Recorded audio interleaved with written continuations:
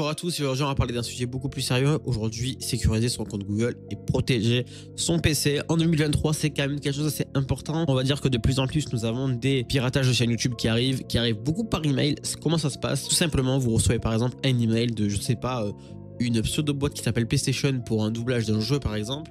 Dedans, il y a un PDF, vous cliquez sur le PDF. Alors le PDF va s'ouvrir, il n'y aura aucun problème, il y aura des vrais trucs dedans. Sauf que dans le PDF, il peut y avoir un exécutable caché et à partir de là, donc un keylogger qui va s'incruster dans votre ordinateur. Et à partir de là, récupération de comptes Facebook, YouTube, Twitter, tout ce que vous voulez.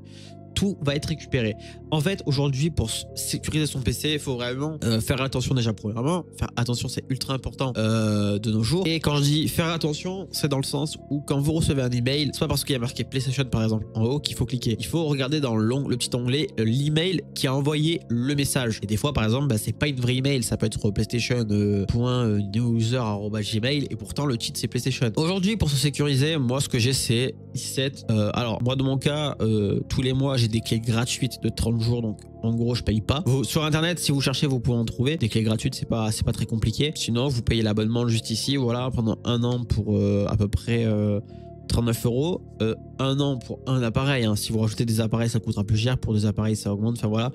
Après, pour un PC uniquement, ça suffit largement. Donc en antivirus, je vous conseille celui-là. Si vous êtes quelqu'un qui vous y connaissez en informatique, bien évidemment, Microsoft Security fera le taf. Mais si vous voulez quelque chose de plus poussé et que vous n'êtes pas trop et que vous n'êtes pas très calé en informatique, je pense que cet antivirus sera le meilleur de tous. Ensuite, ADW Cleaner va fouiller tous les pubs et adware de votre machine pour trouver si vous avez tout simplement des petits trucs cachés qui sont malveillants. Donc vous cliquez ici sur téléchargement gratuit tout simplement et quand vous allez l'ouvrir, vous allez avoir cette pop-up qui va apparaître. Vous cliquez juste sur analyser maintenant, ça va analyser tout seul. S'il y a des éléments detect, il va vous le marquer là et là. Et tout simplement, s'il y a des choses en rouge, vous allez avoir une liste qui va s'ouvrir tout simplement et vous cochez tout et vous supprimez tout. C'est très important. Maintenant, la partie la plus importante, c'est... on va parler justement du compte Google. Voilà, pardon. Le compte Google, comment ça se passe? Tout simplement, vous arrivez ici et là, il faut protéger votre compte. Alors, pour protéger votre compte, c'est simple, vous allez aller dans données et confidentialité. Arrivez ici, vous allez descendre. Et en fait, alors déjà, ici, vous avez plusieurs choses à décocher. Protéger nos données personnellement pour pas qu'elles soient revendues à des tiers. Parce que vous savez que maintenant, imaginons vous avez un micro d'activé, vous parlez avec votre collègue à côté. En fait, tout ce que vous dites est enregistré en arrière-plan. Donc, pour éviter ce genre de choses, déjà, premièrement, activité sur le web et application, on va le désactiver. Voilà, déjà ça vous permet de moins être suivi à ce niveau-là. Ensuite, vous avez tout simplement l'historique des positions. Alors ça, tout dépend de si vous le souhaitez ou pas. Mais par exemple, imaginons vous allez manger à un restaurant avec vos collègues. Des fois, Google vous envoie une petite notif. Hey, regardez l'activité que vous avez eue ce mois-ci. Et vous avez tous les trajets que vous avez fait justement. Et ça, je trouve ça un peu malsain. Moi, je l'ai toujours laissé activer. C'est vrai que je ne l'ai jamais fait. Mais je le désactive à partir d'aujourd'hui. Hop, on suspend aussi. Ensuite, l'historique YouTube. Alors ça, moi, je laisse activer. Ça permet d'avoir l'historique de vos vidéos. Mais si par exemple vous partagez un compte commun à deux Google, désactivez-le, comme ça vous n'avez pas l'historique de l'autre qui apparaît. Ensuite, pour tout ce qui est annonce personnalisée sur Google, alors là vous voyez, on a déjà des informations par rapport à moi, homme, 25, 34, je parle 3 langues couramment. Bon, en éducation ils n'ont pas d'infos, que je travaille dans tout ce qui est techno. Alors ça fait peur, hein, de voir ça comme ça fait peur, mais ça aussi vous pouvez le désactiver. Moi c'est ce que je vais faire, hop. Voilà, et au moins je suis tranquille par rapport à tout ça. Maintenant, on va passer du côté sécurité en cliquant sur le petit onglet. À partir de là, c'est très important. Vous allez faire chaque truc que je vais vous montrer.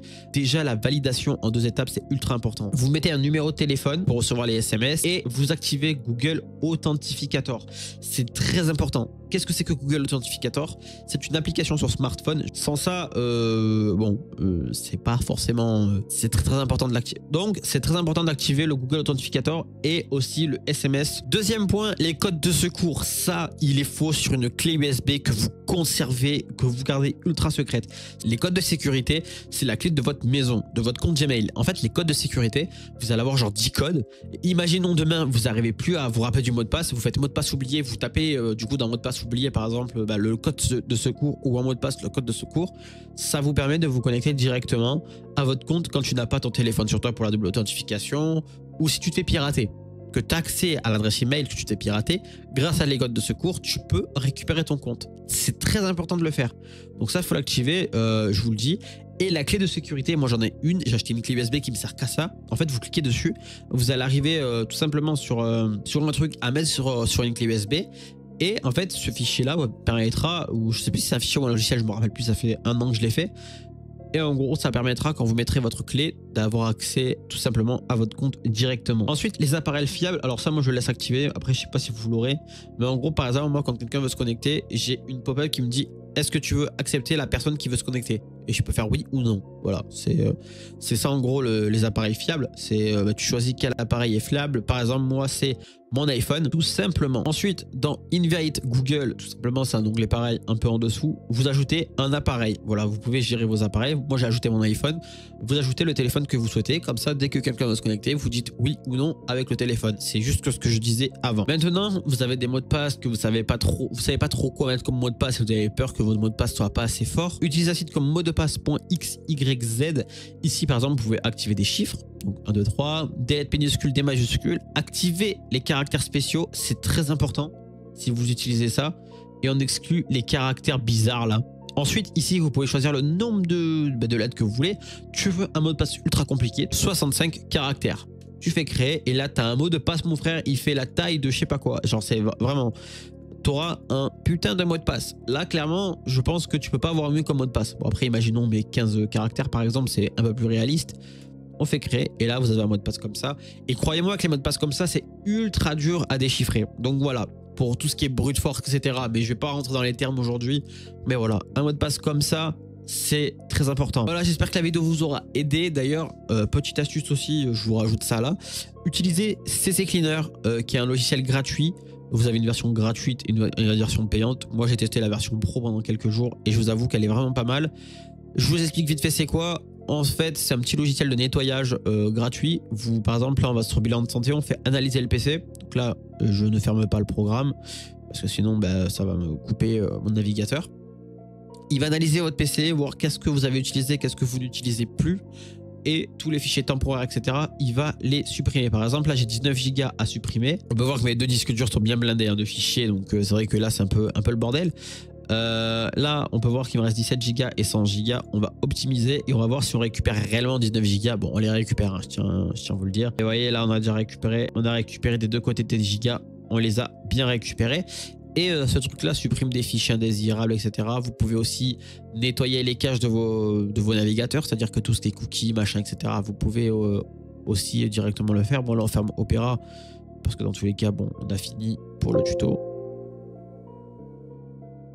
Et du coup, voilà, là, il peut me dire que voilà, il y a quand même pas mal de fichiers, etc. On nettoie, on fait continuer et là, il va tout nettoyer directement. Voilà, on peut le voir, hop, il supprime tous les caches. Et si vous voulez encore plus d'espace, vous faites Windows R, vous tapez %temp, %, c'est les dernières astuces que je donne. Vous faites CTRL A ici, clic droit, supprimer. Alors, il y a des fichiers qui ne peuvent ne pas être supprimés, par exemple, voilà, Wondershare, je peux pas. Donc, je fais ignorer. Et j'ai supprimé pas mal de fichiers d'ailleurs là, hop, on supprime.